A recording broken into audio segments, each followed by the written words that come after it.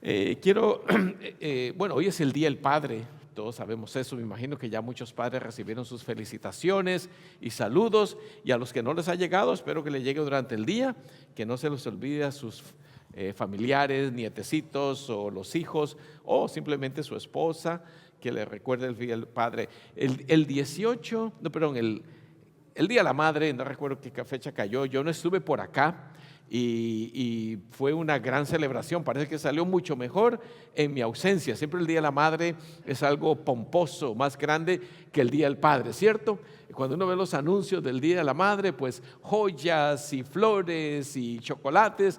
Para el Día del Padre, bueno, ponen una corbata por ahí y casi nadie usa corbata, y yo no quiero que me regalen corbatas, quiero decir, porque ya tengo muchas corbatas, así que eso lo digo porque eso es lo que sucede, casi no le prestan atención, pero esa es la verdad. El Día de la Madre es más pomposo, y encontré esta caricatura. Miren arriba el Día de la Madre y vean el Día del Padre, patas de pollo secadas al sol, a ver si nos dan algo.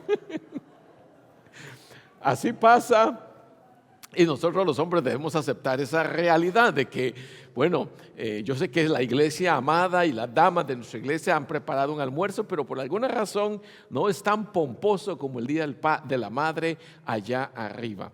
Y a veces los padres quizás no hemos hecho el mejor papel, el mejor rol dentro del hogar, y encontré este otro en un velorio. Dice, eso pasó en un velorio. El viejo acaba de morir. El padre en la ceremonia se manda con los elogios diciendo: el finado era un buen marido, excelente cristiano, un padre ejemplar. La viuda voltea hacia uno de sus hijos y le dice al oído: hijo, anda al cajón y mira si es tu papá el que está allá adentro. No eran para él los elogios, definitivamente no le calzaban bien, ¿no es cierto?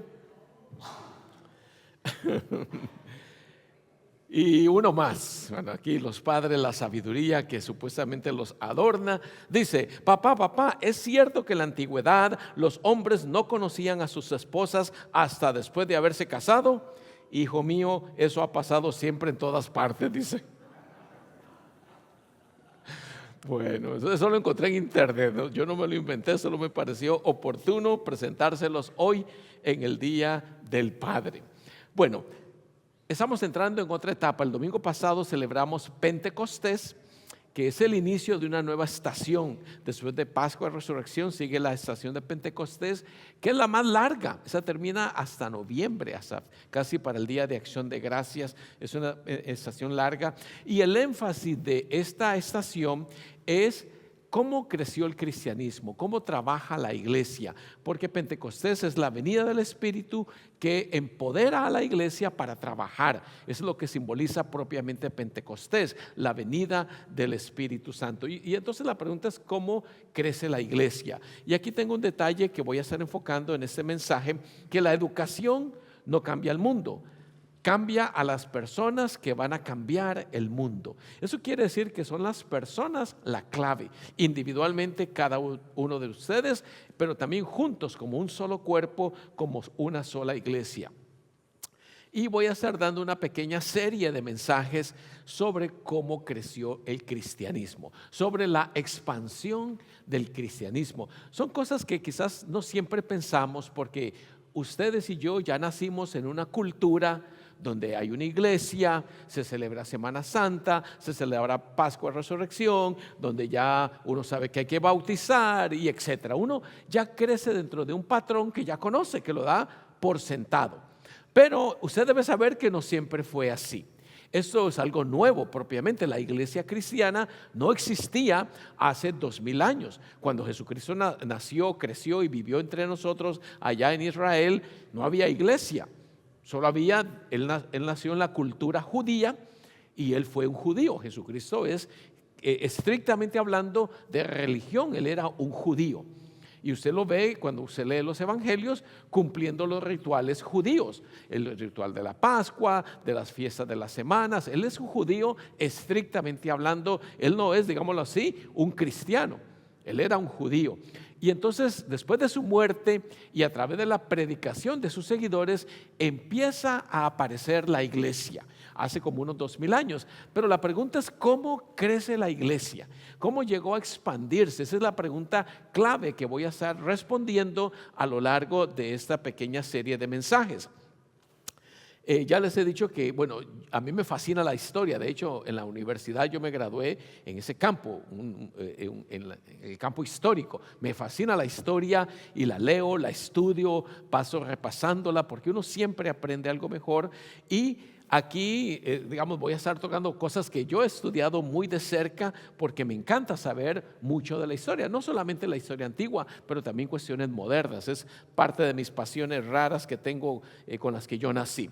Pero aquí tengo un mapa donde usted puede ver la zona más cafecita y unas más coloradas, cómo se fue expandiendo el cristianismo. Eso es básicamente lo que quiero enfocar allí. No tiene que ver detalles, pero solo quiero ubicarlo para que sepa que aquí en esa pequeña franja, yo sé que no lograrán ver mucho, pero en esa pequeña franja cafecita y marrón, esa es Israel. Es Israel donde nació Jesucristo. Él nace en Belén, eso es lo que dicen los evangelios, y ahí creció. Jesucristo nunca, hasta donde sabemos, salió de las fronteras de Israel. Nunca. Él solo vivió, de hecho, casi sus 33 años de vida o un poco más, los vivió en una pequeña aldea conocida como Nazaret. De hecho, se le llama a él Jesús de Nazaret. Y la aldea de Nazaret está un poquito más al norte, ahí en esa franjita, está un poco más al norte y es una aldea campesina.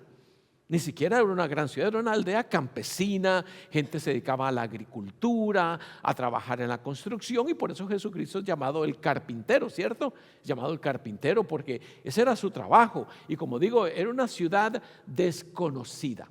Si no fuera porque Jesucristo vivía allí, nadie hubiera sabido de esa aldea campesina llamada Nazaret. Y hoy por hoy se ha descubierto, los arqueólogos han desenterrado esa aldea y se dan cuenta que era un barrio pequeño de no más de 1000 personas. No más de 1000 personas con casas rústicas, no había tecnología, herramientas muy básicas, o sea, era un lugar bien aislado. Y menciono todo eso para que ustedes se pregunten cómo el cristianismo crece de parte de esta aldea tan desconocida, porque los primeros cristianos estaban allí, cerquita, no exactamente en Nazaret, sino en una ciudad cercana que se llama Capernaum. Ahí fue donde propiamente se empezaron a expandir los cristianos. Entonces, la pregunta es ¿cómo? Si no había tecnología, no había trenes, no había medios de comunicación, mucho menos aviones, nada. Era un mundo rural 100%. ¿Cómo crece el cristianismo? Ya dije al principio que todos nosotros ya crecemos en una cultura cristiana. Para nosotros esto es iglesia, tiene aire acondicionado, tiene unas bancas bien suavecitas, hay buena música, un buen pastor, vamos a decir, vamos a ponerlo entre comillas y en signos de preguntas, pero ya todo está dado. Usted ya recibe un paquete cocinado. Pero pocas veces nos ponemos a preguntar ¿cómo surgió esto? Ustedes saben que antes la iglesia no tenía ni siquiera una capilla.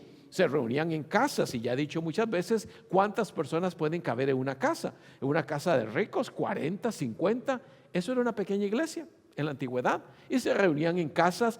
Las catedrales como estas, óigalo bien, surgieron casi 500 años después de Jesucristo. 500 años en Europa, pero eso era algo inusual. Nosotros, como digo, vivimos en ese ambiente y así lo vemos, pero eso no era la verdad. Entonces, quiero hablar brevemente del cristianismo. Aquí tengo otro mapa en donde ya todo es rojo, donde el cristianismo se ha expandido. Una vez más, aquí está Palestina, esa pequeña franja que la señalo porque es una región controversial. Actualmente está en guerra con Irán, con los palestinos y todo eso es algo terrible. Y de allí, un poquito más al norte, norte, no sé, tal vez no logren ver, arriba de Palestina dice Siria, y más o menos ahí en Siria, un poquito más al sur, estaba Nazaret, donde vivía Jesús. Y poco a poco se fue expandiendo. Usted puede ver Italia, España, Britania, o sea, Inglaterra, cómo se fue expandiendo el cristianismo, cómo llegó. Y aquí solo estoy presentando conforme llega a Occidente, porque también se expandió hacia Oriente, hacia lo que hoy es Irán, Irak. Llegó al sur, a Egipto, a Etiopía y a muchas otras regiones, una vez más, cómo se expandió el cristianismo. Bueno, la clave era lo que se llama la Gran Comisión. De eso voy a hablar brevemente, no puedo dedicarle mucho tiempo como yo quisiera a la Gran Comisión, que se trata simplemente del encargo de predicar el Evangelio. Así en pocas palabras, Jesucristo encarga a su gente y le dice, mire, vayan a predicar el Evangelio. Así poniéndolo de una forma muy sintética, muy resumida. Y por eso tengo ese principio de que Dios usa personas ordinarias para hacer cosas extraordinarias. Dios lo usa a usted, Dios me usa a mí, utilizó a Pedro, Pablo. Todos esos seguidores de Jesucristo eran campesinos igualmente.